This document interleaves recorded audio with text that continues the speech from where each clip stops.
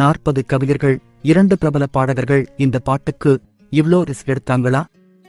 Classic Tamil சினிமாவில் எம்ஜிஆர் நடிப்பில் வெளியான ஒரு படத்திற்கு ஒரு பாடலுக்கான 40 கவிஞர்கள் எழுதிய நிலையில் அந்த ஒற்றை பாடலை பாடுவதற்காக பாடகர் டி.எம். சௌந்தரராஜன் எம்ஜிஆருக்கு வைத்த செக் சினிமாவில் பலரும் அறியாத தகவலாக உள்ளது.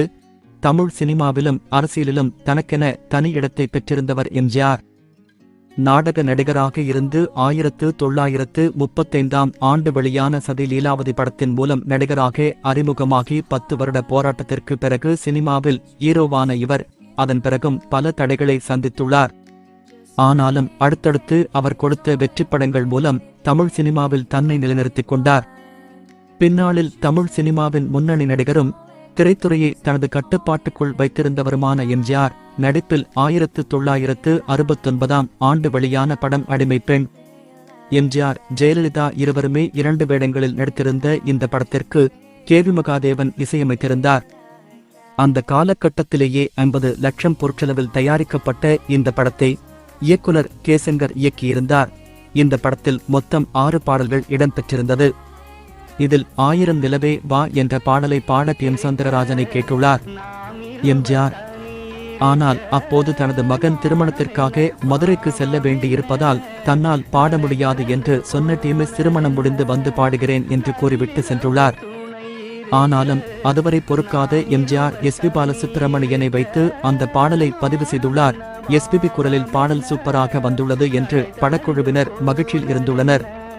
இதனிடையே அடிமையாக இருக்கும் தனது தாயை சந்திக்க சென்று திரும்பும் எம்ஜிஆர் மகிழ்ச்சியாக பாடக்கூடிய ஒரு பாடல் எழுத வேண்டும். இந்த பாடலை எழுத பல கவிஞர்கள் வரவழைக்கப்பட்டுள்ளனர். ஆனாலும் அவர்களின் பாடல்கள் எம்ஜிஆரை பெரிதாக கவரவில்லை. இதனால் அடுத்தடுத்து கவிஞர்களை மாற்றிக்கொண்டே இருந்துள்ளார்.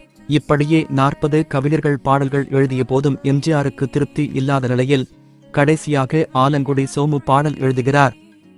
இந்த பாடல் எம்ஜிஆருக்கு மிகவும் பிடித்துவிடுகிறது.